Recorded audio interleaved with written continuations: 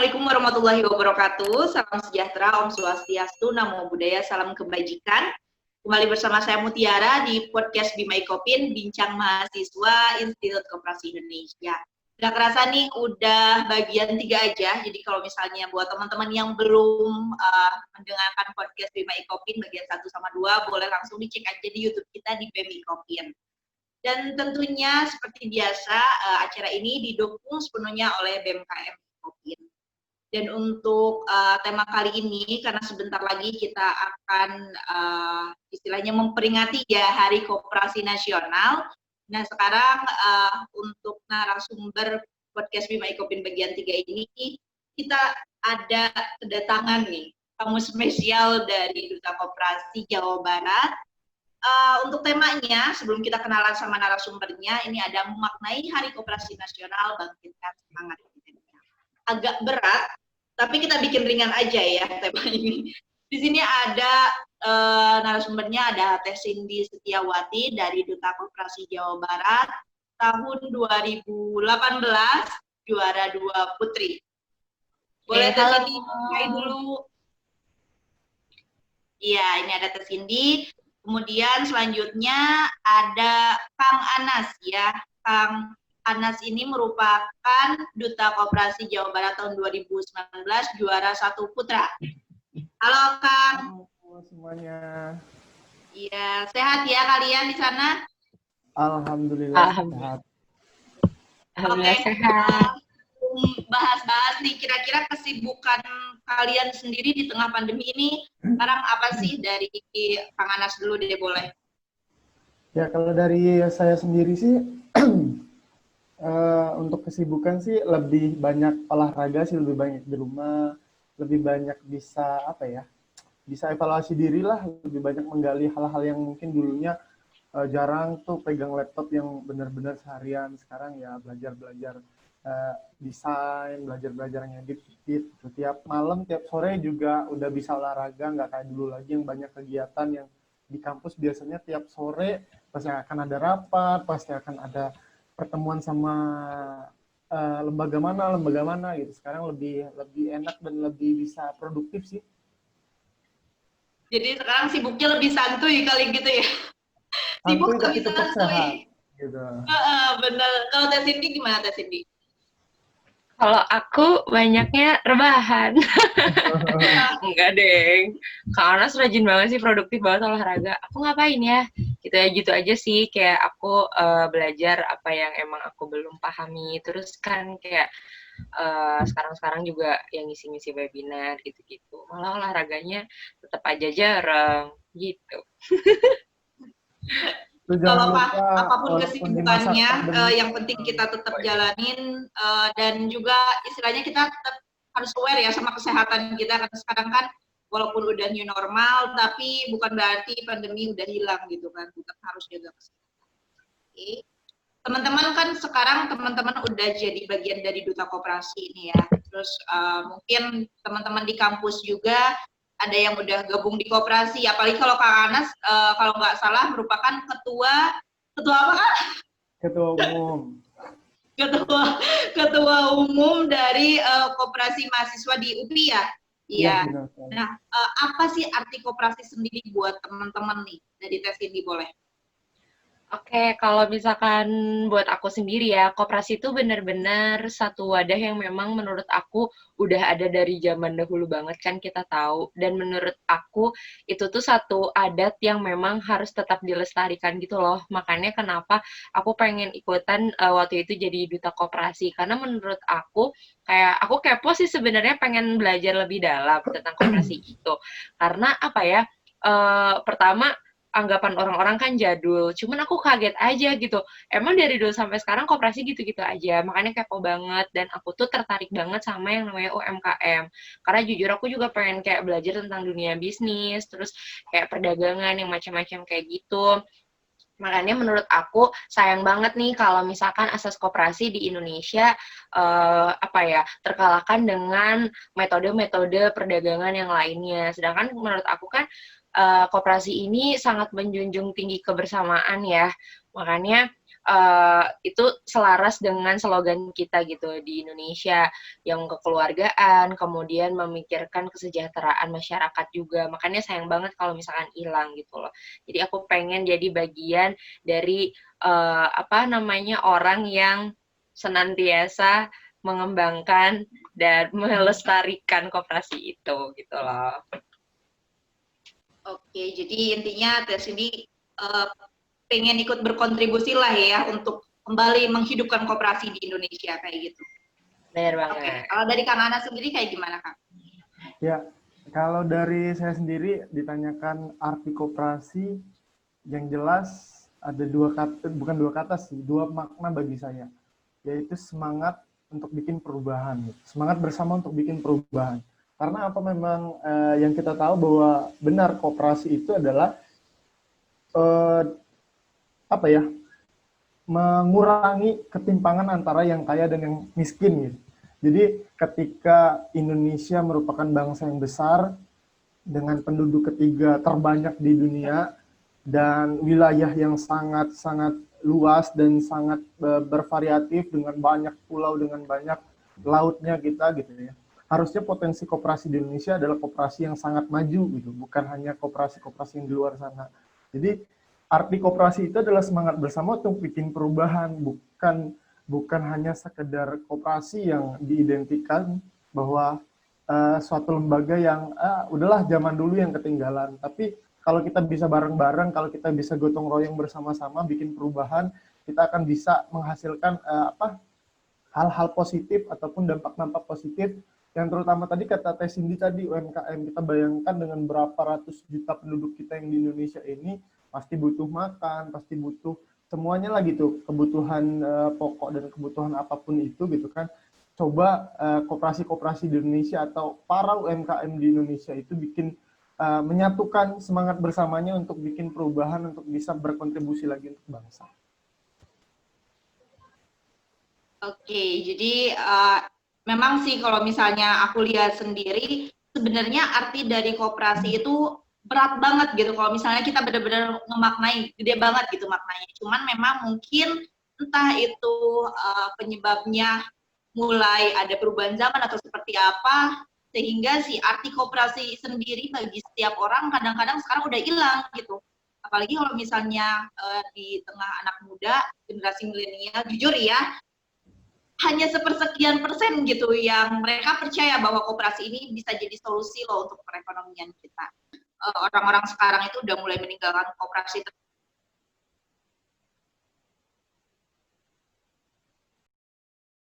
seperti nggak kenal gitu sama koperasi, karena memang orang tua kita mungkin orang-orang yang memang udah istilahnya udah kenal koperasi lebih dulu juga nggak mengenalkan sama generasi muda sekarang gitu.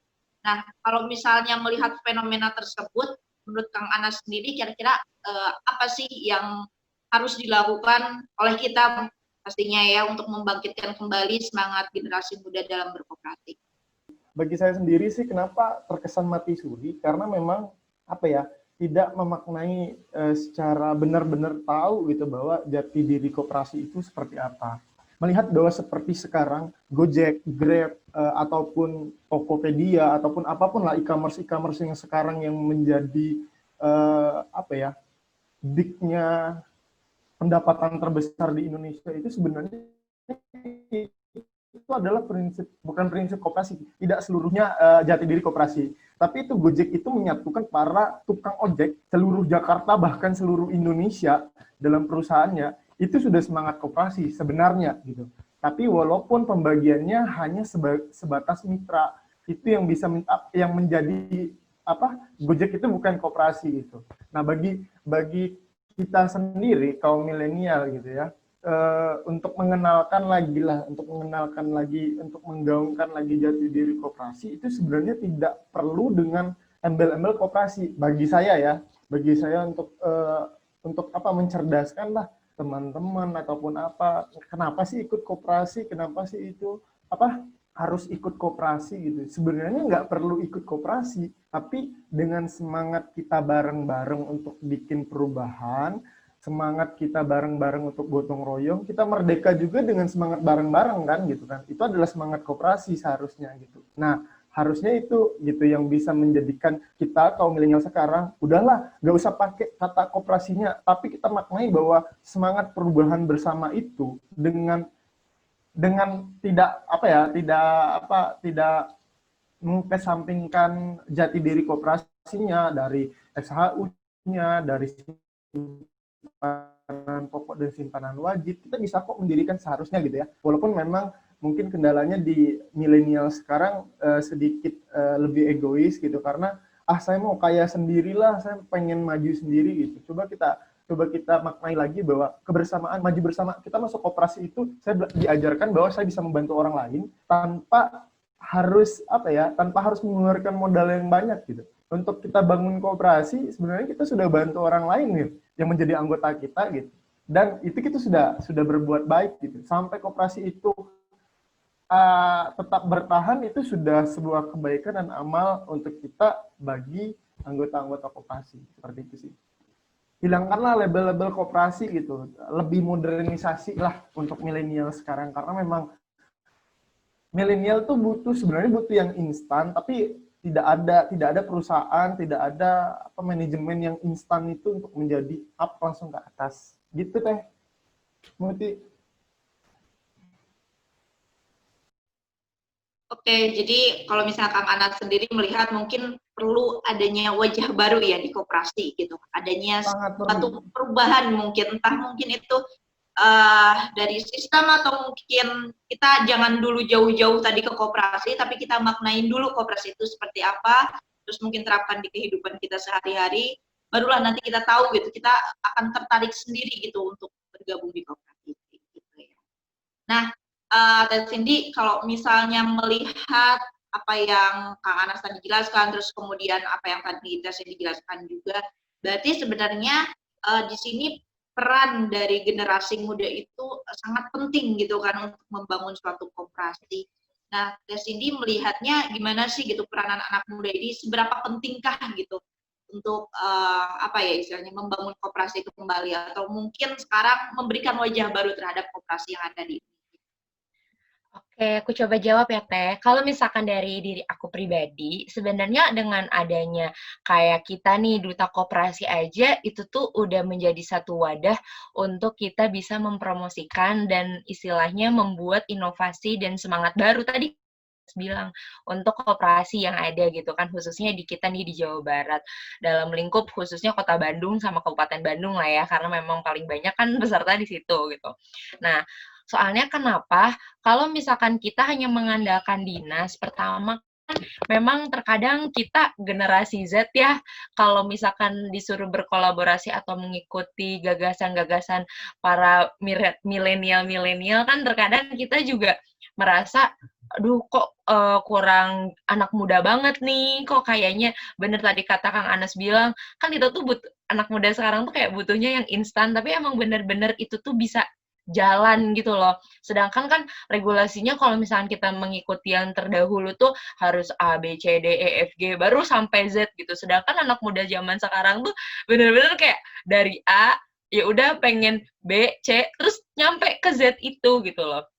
Nah, menurut aku sebagai anak muda nih bener-bener jadi orang, kalau zaman Covid ini mah disebutnya garda terdepan ya. Garda terdepan buat emang ngembangin yang namanya koperasi. Dan banyak kok yang apa namanya DM ke aku juga selalu bertanya tentang duta koperasi gitu kan.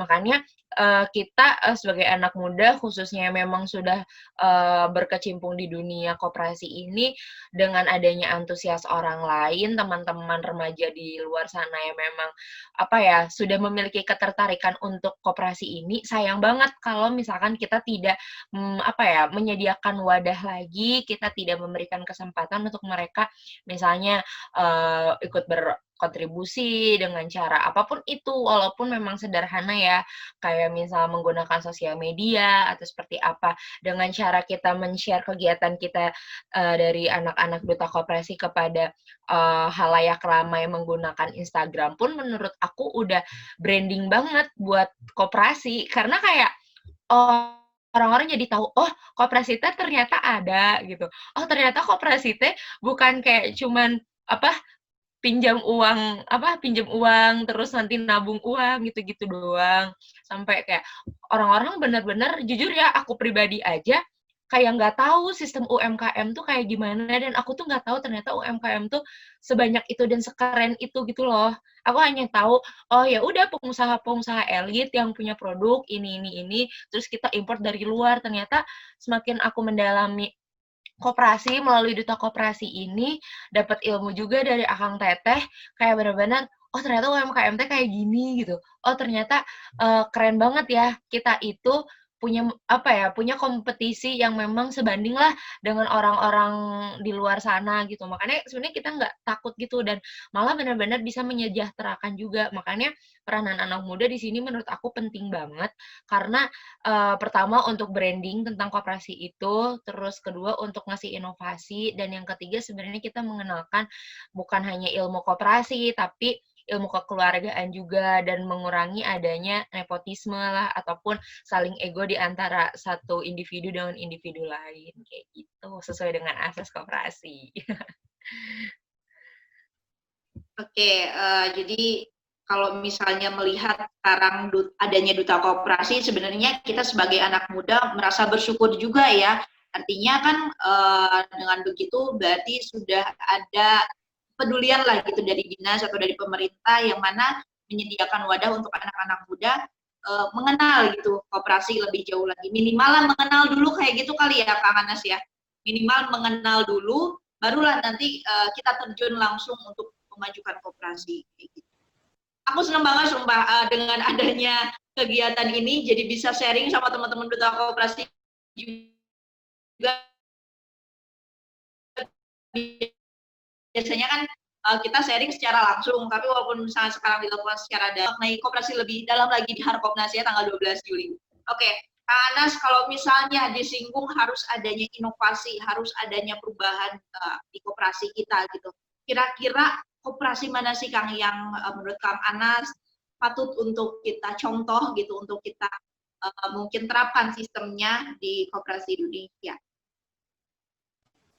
Ya, kalau bicara tentang koperasi yang menjadi role model sekarang sebenarnya untuk di Indonesia salah satunya sih yang koperasi produksi yang saya tahu banget gitu sampai ketemu juga sama ketuanya kemarin ngisi juga di Kopin. Nggak usah jauh-jauh lah di atas Setiabudi dikit, KPSBU Lembang itu merupakan satu lembaga koperasi yang sangat luar biasa bagi saya sendiri gitu ya. Dengan omset miliaran rupiah, dia bisa menghasilkan banyak berapa ribu liter per hari susu di sana gitu ya, itu bisa menjadi apa ya, menjadi role model atau acuan bahwa sebuah susu aja yang biasanya kita minum Indomie, Ultramilk itu rata-rata dari dua raksasa koperasi susu ada di KPSBU Lembang sama KPBS Pangalengan ya, itu kalau nggak salah gitu. Terus kalau untuk role model koperasi produksi itu ya untuk itu kita bisa bayangkan kalau kita bisa menyatukan kalau saya ambil kata dari Teh Cindy tadi para UMKM, misalnya kita punya di Jawa Barat aja kita punya 100 UMKM gitu ya. 100 UMKM kalau misalnya kita bisa satukan itu keuntungan 80-20 aja. Penggerak atau mitra kita 80%, 20% masuk ke koperasi. Nanti 20% lagi untuk permodalan lagi, untuk bisa bangkitkan lagi seluruh inovasi di 100 UMKM tadi, kita bisa menghasilkan omset dan keuntungan yang lebih besar lagi. Harusnya bisa memaknai para UMKM seperti itu. Ketika dia bisa menghasilkan satu produk, gitu kan, dia dengan keuntungan sekian persen, tapi dapat keuntungan lagi dari koperasi dan dapat itu lagi gitu. Nah, itulah yang bisa apa ya? Bisa kita terapkan atau bisa kita gaungkan lagi lah semangat dan wajah baru koperasi. Kalau untuk koperasi dunia sebenarnya banyak sih. Kalau koperasi olahraga mungkin kalian tahu lah klub besar seperti Barcelona itu adalah koperasi tingkat dunia yang bergerak di bidang olahraga. Bayangkan sebuah Barcelona bisa mendirikan klub raksasa dengan sistem koperasi. sistemnya sistem koperasi, tapi tidak ada embel-embel koperasi. Itu yang saya acungi jempol. Saya baca terus artikel tentang Barcelona, kenapa kok nggak ada koperasi-koperasinya? Mereka tahu bahwa semangat bersama itu akan bisa mendobrak apapun penghalang dan apapun permasalahan bisa ditaklukkan gitu, bisa menciptakan klub besar raksasa, tapi tidak ada embel-embel koperasi, dan itu modern gitu. Bisa apapun tantangan zaman itu bisa di itu. Dan satu lagi koperasi di Jepang, koperasi petani di Jepang itu saya lupa namanya. Tapi sistem koperasinya menyatukan seluruh petani Jepang, petani sayur di Jepang itu untuk mendirikan satu koperasi. Jadi untuk menteri Jepang kalau mau mendaftarkan atau mencalonkan menjadi menteri atau presiden di Jepang itu gitu ya, harus minta izin ke koperasi. Karena apa? Basis kooperasinya, petaninya udah seluruh Jepang udah berkumpul di satu koperasi. Kalau presidennya atau menterinya macam-macam, itu di stop sayur Jepang, itu orang Jepang nggak makan sayur. Saking kuatnya gitu, dan saking semangatnya petani-petani Jepang itu untuk bisa menggaungkan semangat bersama. Nah, itu tantangannya. Terkadang di Indonesia, yang paling sulit itu untuk menyatukan semangat bersamanya.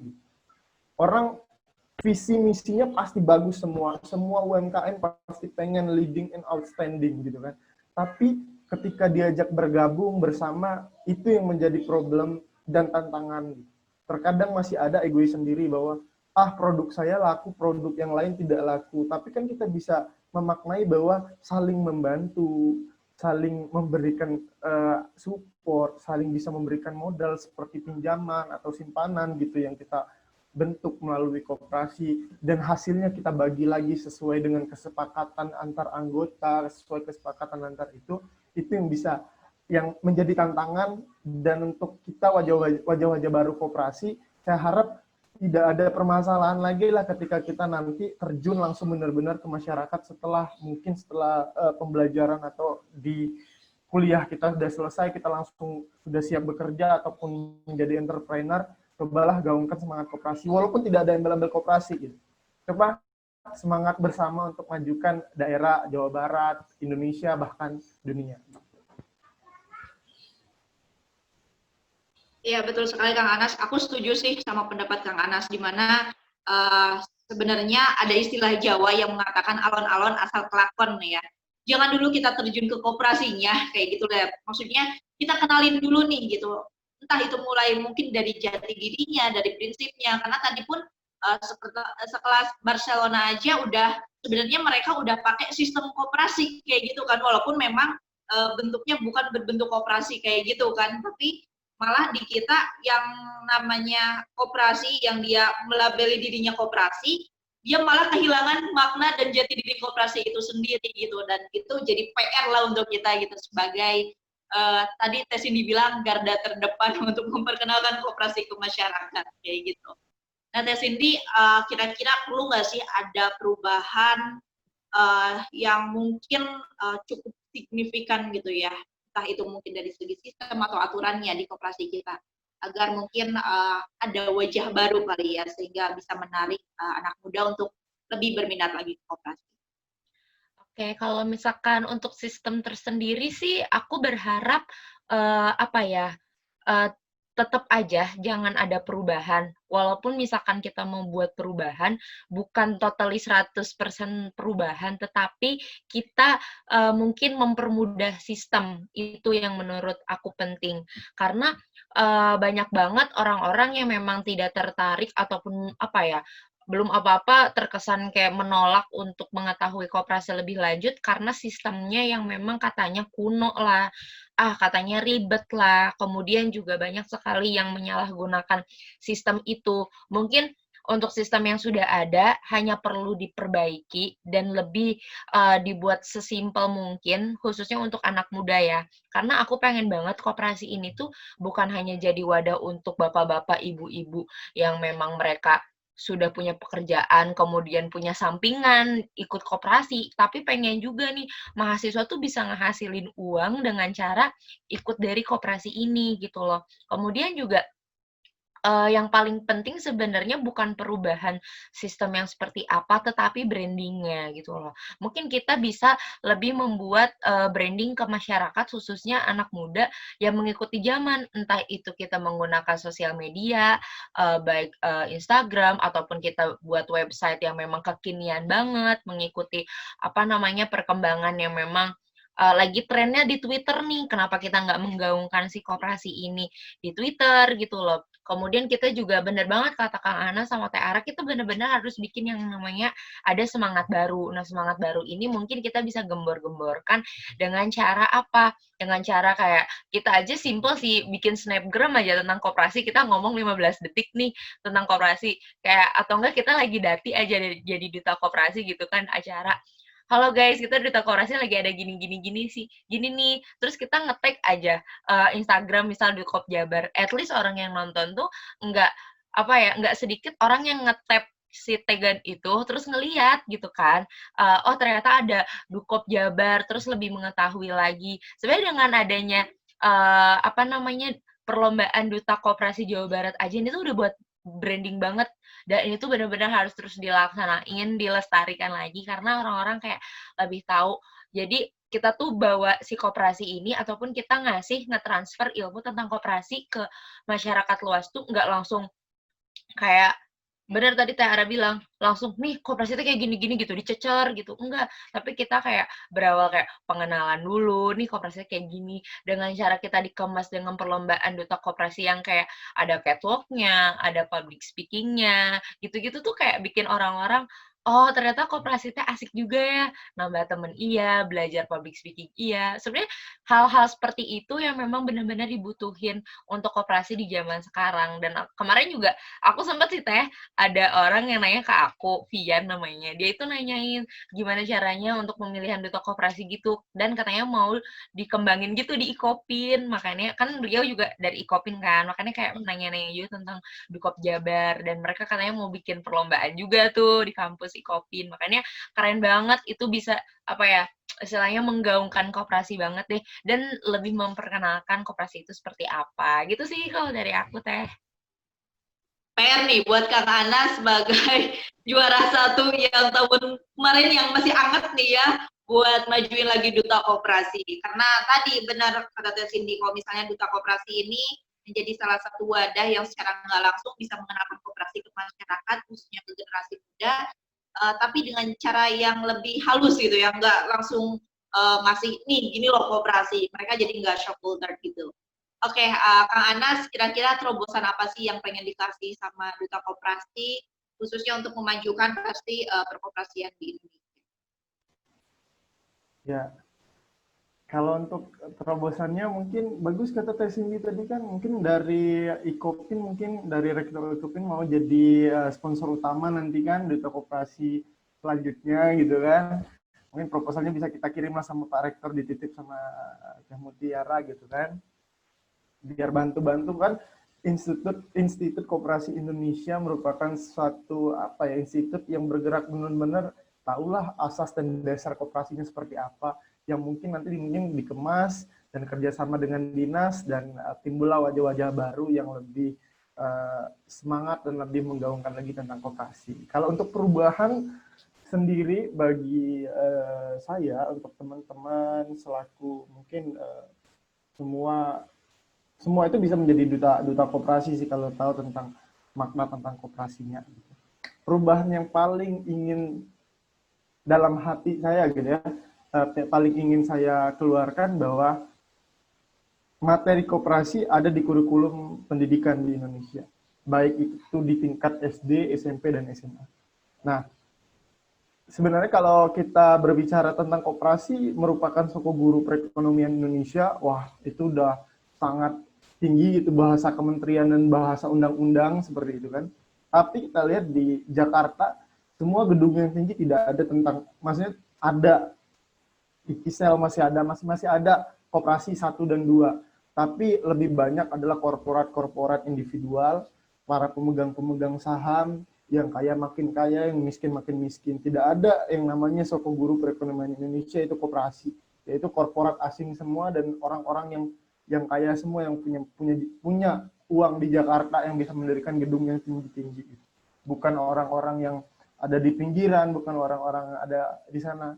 Karena apa? Mungkin salah satunya, ya saya bukan mengkritik secara itu juga gitu ya, tapi memang Santai Kang, apa keluarin aja. dari Kita jadi kementerian ngobrol sharing. dari Kementerian Koperasi, dari Dinas Koperasi, ya mohon maaf ini mah, memang sepertinya koperasi ini dibiarkan hidup enggan mati tak mau. Gitu. Kenapa hidup enggan mati tak mau? Karena memang tidak ada dasar kita mengenalkan, mungkin dari Kementerian Pendidikan atau bergabung dengan Kementerian Koperasi tidak ada yang mata pelajaran yang benar-benar membuat kita mengerti itu tentang koperasi. Saya juga tahu tentang koperasi itu karena masuk di koperasi UPI. Gitu. Kalau saya nggak masuk di koperasi UPI, ya saya nggak tahu gitu. Dan saya nggak semangat gitu mengkritik bahwa ya udahlah. Dan saya pasti beranggapan bahwa koperasi itu jadul. Gitu. Tapi ketika saya tahu, saya akan koperasi nggak sejadul itu loh. Koperasi dengan sistem yang sangat baik. Kenapa Bung Hatta dulu menggaungkan bahwa Soko Guru Perekonomian Indonesia? Karena tahu bangsa Indonesia itu adalah bangsa yang besar, bangsa yang mampu merdeka dengan gotong royong, dan pasti akan bangsa yang maju dengan gotong royong juga. Seperti itulah. Tapi kenapa dimatikan tak mau juga? Karena memang kita diamanatkan di undang-undang. Gitu.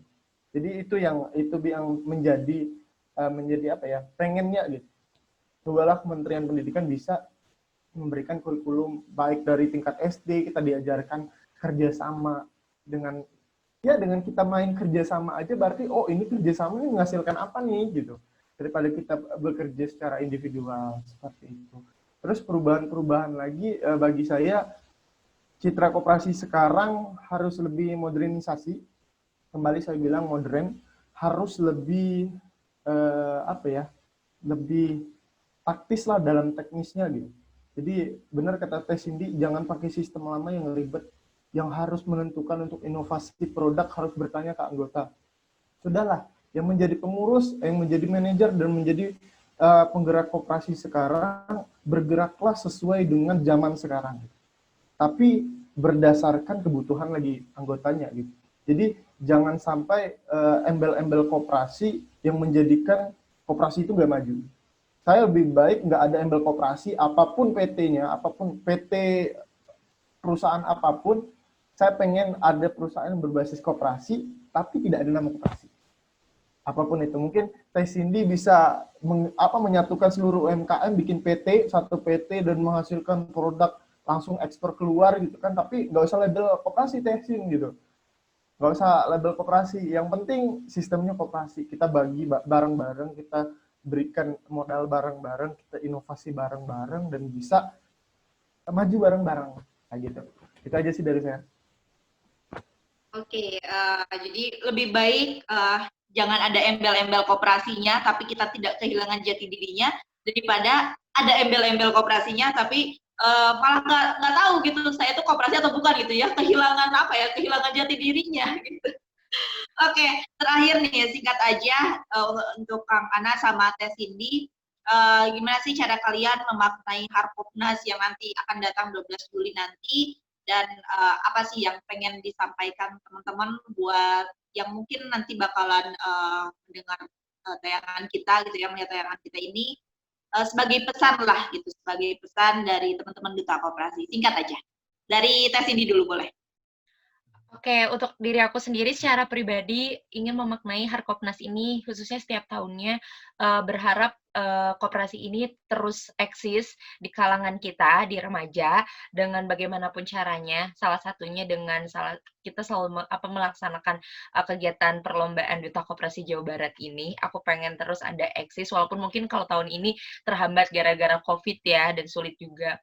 Kemudian untuk aku juga pesan untuk para kaum milenial tentang koperasi, yuk koperasi itu ternyata asik loh. Aku juga nggak nyesel, dan aku menjamin orang-orang yang udah ikutan dan berkecimpung di dunia koperasi ini, mereka mendapatkan effort dan mendapatkan manfaat yang sangat besar gitu. Jadi nggak ada nyeselnya dan ternyata asik.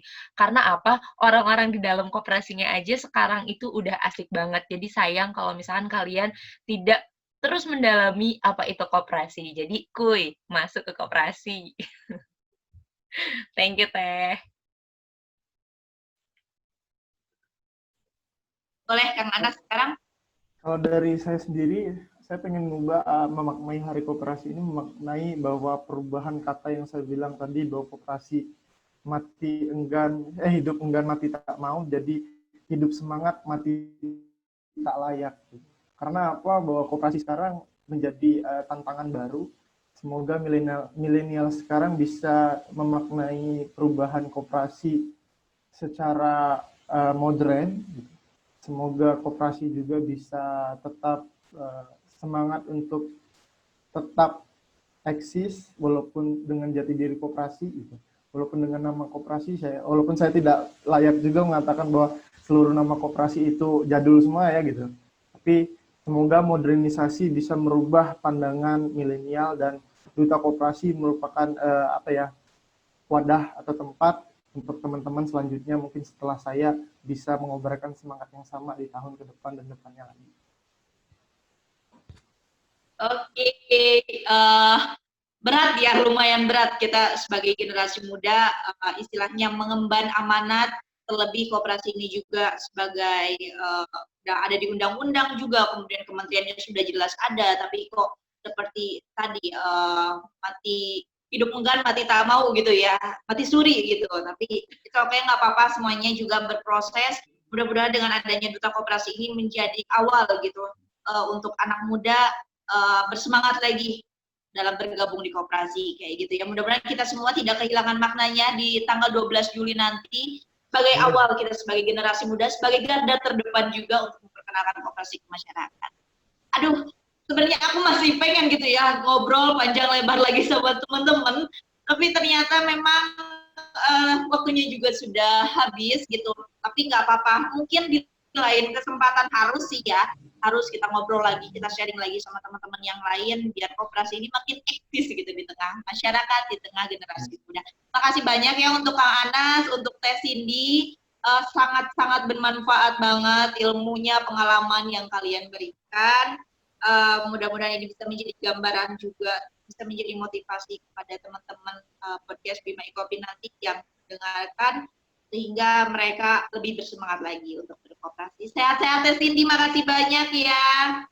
Terima kasih juga, sehat-sehat, jaga kesehatan. Oke, kita harus meet ini, pasti harus meet. Oke, ya teman-teman podcast Bima Ikopin, nggak kerasa bahkan udah lebih dari 25 menit kalau nggak salah ya, saking asiknya nggak lihat waktu. Makasih banyak untuk teman-teman yang sudah mendengarkan, sudah melihat perbincangan kita juga mungkin nanti ya. Jangan lupa juga untuk pantengin kita di sosial media di BEM Ikopin. Ini bakalan menjadi awal untuk kita mengenalkan koperasi kepada masyarakat. Jangan sampai menyerah, tetap pasti ada tantangan, tapi kita sebagai generasi muda adalah sebagai pionir ya, pionir ke depan untuk mengenalkan koperasi. Oke, terima kasih, sehat-sehat sekali lagi. Assalamualaikum warahmatullahi wabarakatuh. Terima kasih banyak. Terima kasih,